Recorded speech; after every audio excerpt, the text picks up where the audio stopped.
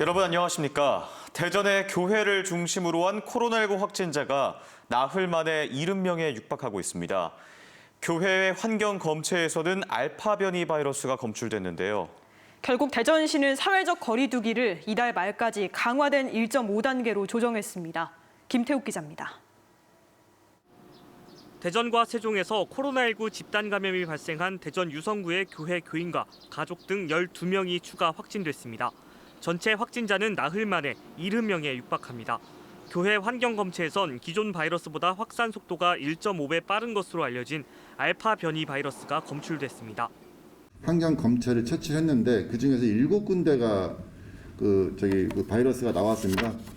그 지하 1층에 이제 그 예배하는 교단, 그다음에 에어컨 필터, 그다음에 지상 1층에 공기청정기, 필터 이런 쪽에 나왔고요. 대전에서 변이 바이러스가 확인된 건 둔산동 금융기관과 생명보험사 연쇄 감염에 이어 이번이 세 번째입니다. 결국 다음 달 정부의 새로운 거리두기 개편안 시행을 앞두고 대전시는 이달 말까지 강화된 거리두기 1.5단계로 조정했습니다. 식당과 카페, 노래방과 유흥시설, 실내체육시설과 학원 등 다중이용시설은 밤 11시부터 새벽 5시까지 운영이 금지됩니다. 다만 식당과 카페는 밤 11시 이후 포장과 배달은 가능하고 5명 이상 사적 모임 금지를 비롯해 행사 인원도 100명 미만으로 제한됩니다. 또 종교시설은 전체 좌석수의 20%만 본 예배 참석이 가능하고 종교와 관련된 모임이나 식사, 숙박 금지도 유지됩니다. 7월에 우리가 좀 더 자유로운 환경에서 생활할 수 있도록 일주일간 강화된 방역수칙이 적용될 수밖에 없다는 사실 여러분들 널리 이해해 주시고 함께 동참해 주실 것을 부탁드립니다. 또 가족 모임과 관련해서도 식당 접촉자와 지인이 추가 확진됐고 대전 둔산동 보험회사 연쇄 감염 여진도 계속되고 있습니다. MBC 뉴스 김태욱입니다. 오늘 하루 대전과 세종, 충남에서 36명의 코로나19 확진자가 나왔습니다. 대전과 세종에선 집단 감염이 발생한 유성구 교회 교인 등 12명이 추가 확진됐고 대전 새가족 모임 연쇄 감염으로 식당 접촉자와 지인 등 5명이 양성 판정을 받아 관련 누적 확진자가 20명으로 늘었습니다. 이 밖에도 그제 확진된 대전 지족동 공사 현장 확진자의 동료와 피트니스 센터 접촉자 등 3명이 추가 확진됐고 감염 경로가 확인되지 않은 대전 유성구청 직원 1명이 확진돼 같은 층에서 근무하는 70여 명에 대한 검사가 진행 중입니다. 정부가 코로나19 백신 휴가제를 적극 권장하고 있지만 근로 환경에 따라 백신 휴가를 엄두도 내지 못하는 곳이 많습니다. 아파트 경비도 그런 직장 중 하나인데요. 세종의 한 아파트에서는 경비원들도 백신 접종에 대한 부담이 전혀 없다고 합니다. 김광현 기자가 취재했습니다. 세종의 한 아파트에서 5년째 미화 노동자로 일해온 69살 이금선 씨. 코로나19 백신 접종이 본격화하면서 이 씨는 고민이 컸습니다. 부작용에 대한 걱정도 있었지만 무엇보다 출근은 어떻게 해야 할지 직장 근무에 대한 우려가 컸습니다. 백신 맞고 이튿날 나와서 근무를 해야 되는데 이거 근무를 하면은 아유 이거 몸이 좋을라나 안 좋을라나 모르고 또 안 나오면은 또 월급도 또 이거 조금 까지는 건가 그것도 걱정이 되고요. 아파트 경비 일을 하는 최기섭 씨도 마찬가지입니다. 특히 격일로 24시간씩 근무를 하는 직업 특성상 백신 접종으로 일을 쉬면 동료들에게 피해가 갈까 걱정이 앞섰습니다. 그런데 이런 걱정은 백신 유급 휴가로 깔끔히 정리됐습니다. 아파트 입주자 대표 회의에서 경비 등 아파트 노동자 16명에게 백신 휴가를 주기로 한 겁니다. 60, 70대 고령 노동자가 많고 넓은 구역에서 혼자 일하는 경우가 잦아 위급한 상황이 발생할 수 있다는 점을 고려한 결정이었습니다. 유급 휴가는 백신 2차 접종 때도 똑같이 사용할 수 있습니다. 우리가 우리 가족을 위하지 않으면 누가 우리 가족을 위하겠어요. 그래서 저희는 저희 가족이다 생각을 하고 우리 그 여사님들이나 직원분들의 그리고 복지에 힘을 쓰는 그런 차원에서 일에 대한 걱정은 잠시 접고 마음 편히 백신을 맞고 건강을 챙기고 나니 일에 대한 애착은 더 커졌습니다. 처음에는 걱정을 많이 했어요. 유급휴가를 주셔가지고 3일 연속 쉬는 바람에 충분히 회복하고 또 와서 이렇게 편한 마음으로 이렇게 주민들께 이제 고마움을 드리면서 이렇게 근무 열심히 하고 있습니다.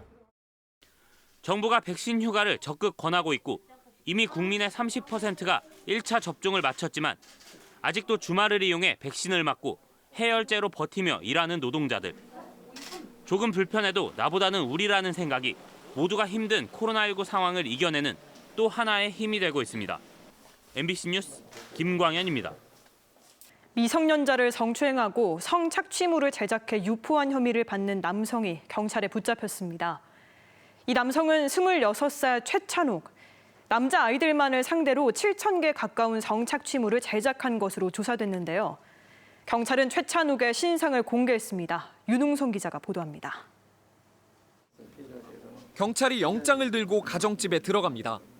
침대 밑에서 찾아낸 휴대전화의 비밀번호를 풀자 10대 남자아이들이 찍힌 성착취 영상과 사진 수천 개가 발견됐습니다.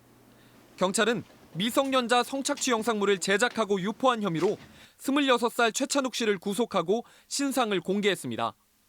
최 씨가 지난 2016년 5월부터 올해 4월까지 5년 동안 제작해 보관한 성착취물은 7,000건에 달합니다. 최 씨는 SNS에서 여자인 척 남자아이들에게 접근해 몸 사진을 교환하자며 영상을 받았는데 10대 청소년이나 아동만을 노렸습니다.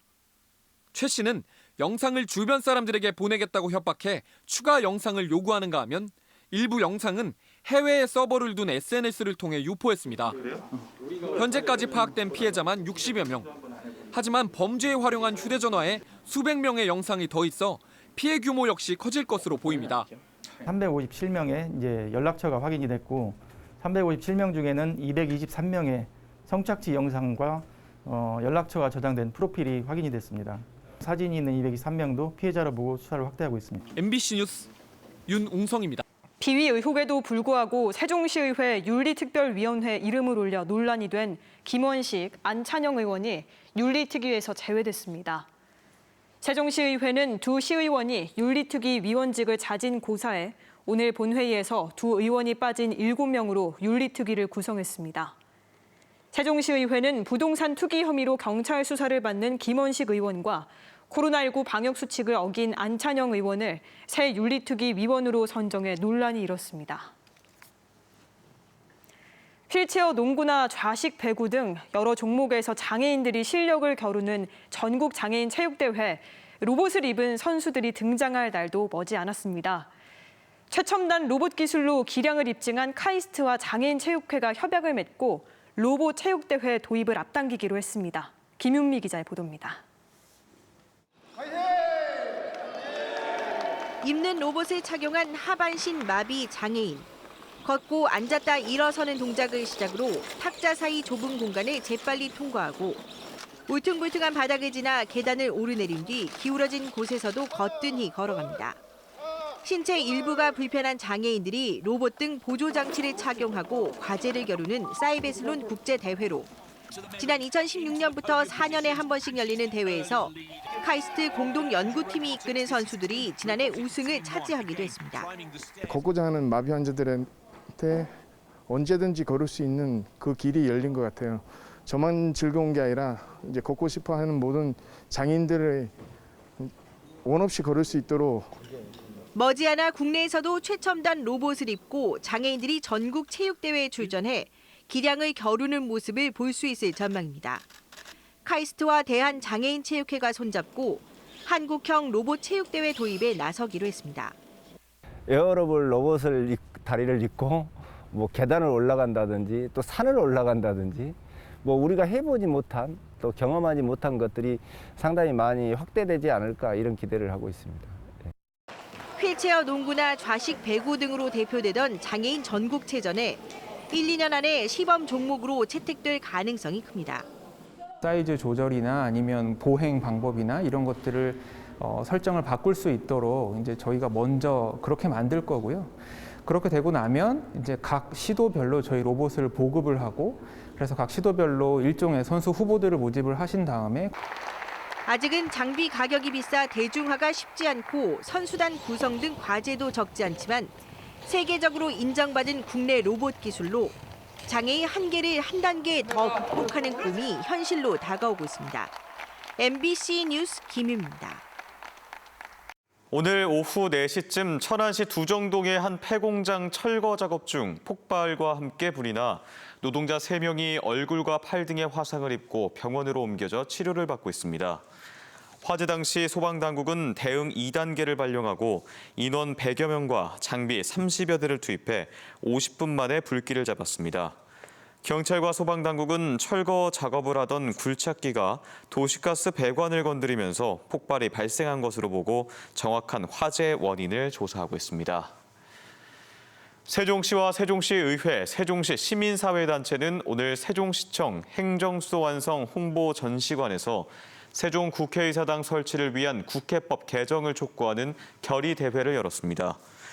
참석자들은 지난해 말 여야 합의로 책정된 국회 세종의사당 설계비 147억 원이 반년 넘게 집행되지 못하고 있다며 이달 임시국회 안에 국회법 개정안을 반드시 처리해야 한다고 입을 모았습니다.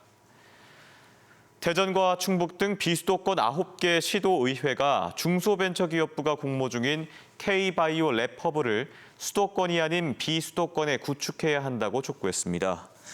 이들 시도의회 의장은 공동 기자회견문을 통해 국가 균형 발전에 이바지해야 할 정부의 공모 사업이 지역 간 갈등과 소모적인 경쟁을 부추기고 있다며 비수도권에 대한 혜택을 강화하고 지역 특성을 배려해 합리적이고 객관적인 기준을 명백히 하라고 요구했습니다.